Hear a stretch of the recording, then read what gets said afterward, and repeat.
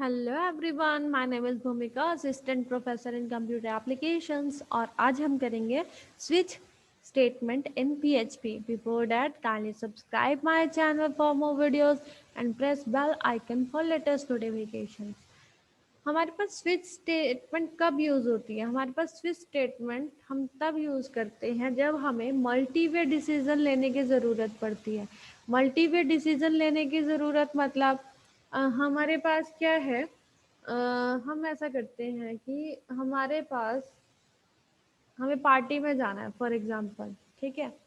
और हम क्या करते हैं, हम संडे को अलग कलर पहनते हैं, मंडे को अलग कलर पहनते हैं, ट्यूसडे को मान लो अलग कलर की ड्रेस पहनते हैं, ठीक है। तो मान लो हमने संडे है फॉर एग्जांपल, पहला ऑप्शन क्या है हमारे पास? अगर हमारे पास संडे है तो हम क्या करेंगे, हम बाहर जाने के लिए कुछ वाइट कलर की ड्रेस पहन लेंगे, ठीक है। मंडे है तो हम मंडे के अकॉर्डिंग ड्रेस पहन लेंगे, ट्यूसडे है तो हम ट्यूसडे के अकॉर्डिंग ड्रेस पहन लेंगे। तो मतलब ये क्या हो गया, मतलब जब हमें अलग अलग कंडीशन के अकॉर्डिंग हमें क्या लेने पड़े, अलग डिसीजंस लेने पड़े, तब हम क्या करते हैं, स्विच स्टेटमेंट को यूज़ करते हैं। जैसे कि हम कैलकुलेटर बनाने के लिए भी इसे यूज़ करते हैं। जैसे कि अगर हम 1 प्रेस प्रेस करें तो हमारे पास 2 नंबर क्या हो जाए, प्लस हो जाए। हम 2 प्रेस करें तो 2 नंबर माइनस हो जाए। 3 प्रेस करें तो 2 नंबर मल्टीप्लाई हो जाए। और मान लो हम ABC प्रेस कर दें तो लिखा आ जाए, सॉरी आपने कुछ गलत नंबर प्रेस कर दिया। आप सिर्फ 1 से 4 तक ऑप्शन ही प्रेस कर सकते हो। तो एक होती है डिफ़ॉल्ट कंडीशन। डिफ़ॉल्ट कंडीशन में क्या होता है कि अगर आपने कोई गलत ऑप्शन चूज़ कर लिया है तो आपके पास डिफ़ॉल्ट कंडीशन एग्जीक्यूट हो जाएगी। तो पीएचपी में हमारे पास मल्टीपल डिसीजन लेने का एक वे है, तो जिसको हम क्या बोलते हैं, switch statement. PHP switch statement is used to execute one statement from multiple conditions। मतलब आप क्या कर सकते हो, आप multiple conditions इसमें यूज कर सकते हो। मतलब और उसके अकॉर्डिंग, जो भी कंडीशन के अकॉर्डिंग एक स्टेटमेंट आपकी एग्जीक्यूट होनी होगी वो आपकी एग्जीक्यूट हो जाएगी। It works like PHP if else if statement. PHP में जैसे हमारे पास इफ एल्स इफ स्टेटमेंट है, वैसे ही हम क्या करते हैं, इसको स्विच स्टेटमेंट को यूज कर सकते हैं। इसका सिंटेक्स क्या है? सबसे पहले हम लगाएंगे स्विच, स्विच और ब्रैकेट में लिख देंगे एक्सप्रेशन। एक्सप्रेशन या वेरिएबल का नेम। फॉर एग्जांपल हमने चॉइस नाम का एक वेरिएबल बनाया। चॉइस की वैल्यू क्या हो सकती है, 1 हो सकती है, 2 हो सकती है, 3 हो सकती है, ठीक है। तो हम यहाँ पे ब्रैकेट में क्या लिख देंगे, चॉइस। उसके बाद स्विच स्टेटमेंट का करली ब्रैकेट शुरू होगा और करली ब्रैकेट बंद होगा, ठीक है। हर एक केस के आगे केस कीवर्ड यूज करते हैं। आपको यहाँ पे स्विच ही लिखना है कि स्विच किस पे लगा रहे हो आप, चॉइस पे। केस, केस क्या है, वैल्यू 1। जैसे हमने केस लिखा, वैल्यू 1 क्या है, 1। और कॉलन का साइन जरूर लगाना है, कॉलन। फिर हम ये लिख देंगे कि 2 number C is equal to A+B हो जाए। फिर उसके बाद केस 2, केस 2 में क्या लिख देंगे, केस 2 हो गया और यहाँ पे लिख दिया C is equal to A-B हो जाए। ऐसे ही आपके पास डिफॉल्ट केस आता है। डिफॉल्ट के बाद हम कॉलन का साइन लगा देंगे और लिख देंगे कि आपने कोई भी ऐसी वैल्यू एंटर कर दी है कि जो हमारी चॉइसेस से मैच ही नहीं कर सकती है। अब हर स्टेटमेंट के बाद में ब्रेक लगता है। ब्रेक मतलब अगर हमने 1 एंटर किया है ना, तो सिर्फ यही कोड एग्जीक्यूट होगा। मतलब C is equal to A+B execute होगा और प्रोग्राम यहीं से ब्रेक कर जाएगा, आगे कोई कोड एग्जीक्यूट नहीं होगा। वरना अगर हम यहाँ पर ब्रेक नहीं लिखेंगे तो 1 प्रेस किया तो 1 के आगे वाली सारी ऑप्शन एग्जीक्यूट होगी, 2 प्रेस किया तो 2 के आगे वाली सारी ऑप्शन एग्जीक्यूट होंगी। डिफॉल्ट के आगे कभी ब्रेक नहीं लगाना पड़ता, क्योंकि डिफॉल्ट के आगे कोई अगला केस ही नहीं होता। तो हमें जब भी एक नया केस स्टार्ट करेंगे उससे पहले हमें क्या करना है, ब्रेक स्टेटमेंट लगानी है, ताकि वो केस यहीं पे खत्म हो जाए। अब कुछ इंपॉर्टेंट पॉइंट्स हैं जो हम अगर स्विच केस यूज करेंगे तो उसे हमें ध्यान में रखना जरूरी है। वो क्या है, the default is an optional statement. Default आप लिखो या ना लिखो ये ऑप्शनल है। मतलब मैंने चॉइस दे दी 1 से लेके 4 तक की। अब आपकी मर्जी है कि अगर वो कुछ गलत इनपुट देता है तो आपके पास वो क्या कर देगा, एरर शो कर देगा। लेकिन अगर आप डिफॉल्ट लिख दोगे तो आपको जो भी आपने उसमें मैसेज प्रिंट करवाया होगा तो वो लिख देगा। तो आप डिफॉल्ट क्या ऑप्शनल है. Even it is not important that default must always be the last statement. और ज़रूरी नहीं होता है इसमें कि डिफ़ॉल्ट आप हमेशा लास्ट में लिखोगे. आप डिफ़ॉल्ट ऊपर लिख सकते हो, बीच में कहीं भी लिख सकते हो डिफ़ॉल्ट. डिफ़ॉल्ट का मतलब सिर्फ इतना है कि डिफ़ॉल्ट स्टेटमेंट कभी भी एग्जीक्यूट हो जाएगी, मतलब तब एग्जीक्यूट होगी अगर आपके कोई भी केस मैच नहीं कर रहा है. There can be only one default in a switch statement. मतलब सिर्फ आप डिफॉल्ट को लेकिन एक ही बार यूज कर सकते हो. आप ये थोड़ी ना कह सकते हो कि अगर कोई भी ऑप्शन मैच नहीं कर रहा है तो ये मैसेज आ जाए, नहीं तो ये आ जाए. ऐसा नहीं होता. डिफॉल्ट स्टेटमेंट आप एक ही बार लिख सकते हो. More than one default may lead to a fatal error. मतलब अगर आप एक से ज़्यादा बार डिफॉल्ट स्टेटमेंट को यूज़ करोगे तो आपके पास क्या शो करेगा, एरर शो करेगा. Each case can have a break statement. हर केस के बाद आप एक ब्रेक स्टेटमेंट यूज कर सकते हो which is use to terminate the sequence of statement.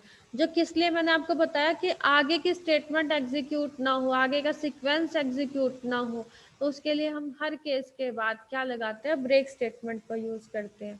The break statement is optional to use. मतलब अगर हम ब्रेक नहीं भी लिखेंगे तो कोई एरर नहीं शो करेगा, बट वो इसीलिए है if break is not use. अगर आप ब्रेक को नहीं यूज करोगे all statement will execute after finding the matching case, matched case value. मतलब अगर आप ब्रेक नहीं लिखोगे तो मैंने बताया ना कि अगर आपने 2 एंटर किया तो 2 भी एग्जीक्यूट होगा, 3 भी एग्जीक्यूट होगा, 4 भी होगा और डिफॉल्ट भी एग्जीक्यूट हो जाएगा. तो इसीलिए आपको ब्रेक स्टेटमेंट लिखना कंपलसरी है. PHP allows you to use number, character, string as well as functions in switch expression. जहाँ पर switch expression, यहाँ पर expression लिखा था, यहाँ पर आप कुछ भी यूज कर सकते हो. कोई नंबर यूज कर सकते हो, कोई करेक्टर यूज कर सकते हो, कोई स्ट्रिंग यूज कर सकते हो या कोई फंक्शन यूज कर सकते हो. Nesting off switch statement is allowed. हम स्विच स्टेटमेंट के अंदर भी स्विच स्टेटमेंट यूज कर सकते हैं, लेकिन वो प्रोग्राम बहुत कॉम्प्लेक्स हो जाएगा. But it makes the program more complex and less readable. और हमें रीडेबल भी नहीं होगा, मतलब इतना समझ में नहीं आएगा. You can use semicolon instead of colon sign. It will not generate any error. अगर आप यहाँ पर colon sign की जगह semicolon भी लगा दोगे तो वो एरर जनरेट नहीं करेगा, लेकिन आपका केस यहीं पर एंड हो जाएगा. तो आपने यहाँ पर वैसे कॉलन साइन का ही यूज करना है, मतलब यही साइन का यूज करना है, कॉलन साइन का. अब स्विच स्टेटमेंट का एक फ्लो चार्ट है. फ्लो चार्ट क्या होती है, हमारे एल्गोरिदम की एक पिक्टोरियल रिप्रेजेंटेशन.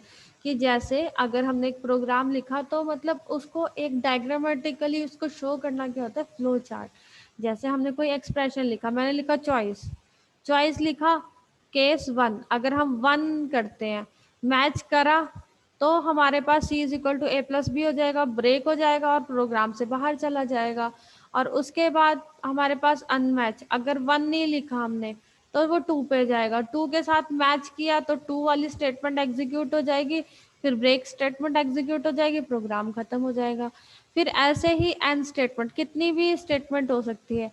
और अगर 1 2 अप टू एन में से कोई भी केस अगर मैच नहीं करता तो डिफॉल्ट स्टेटमेंट एग्जीक्यूट होगी. डिफॉल्ट स्टेटमेंट कुछ भी एग्जीक्यूट हो जाएगी, उसके बाद आपके प्रोग्राम का एंड हो जाएगा.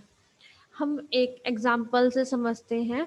हमने एक पीएचपी का प्रोग्राम बनाया. देखो पीएचपी का कोड लिखने के लिए क्या होगा, सबसे पहले टैग ओपन होगा और टैग क्लोज होगा. हमने क्या करा, एक नंबर नाम का वेरिएबल ले लिया, NUM नाम के वेरिएबल लिए जिसकी वैल्यू क्या है 20. हमने स्विच लगा दिया $num पे, मतलब हमने इस पे स्विच लगा दिया.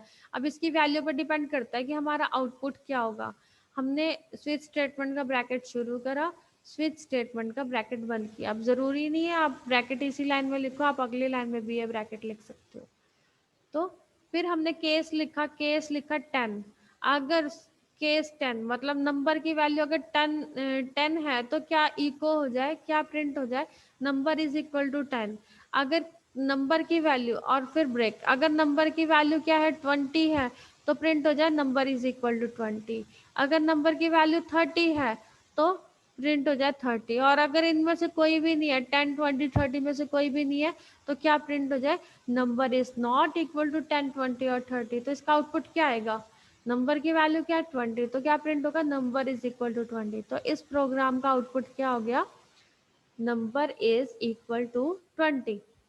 ठीक है, तो उम्मीद है आपको मेरी वीडियो अच्छी लगी होगी और स्विच स्टेटमेंट आपको बहुत अच्छे से समझ आ गई होगी।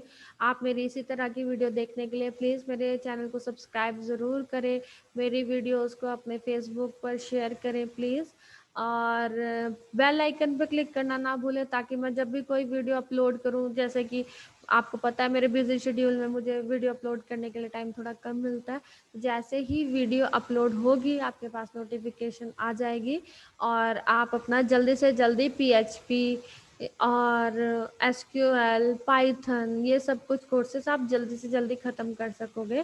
Thank you so much for watching my video.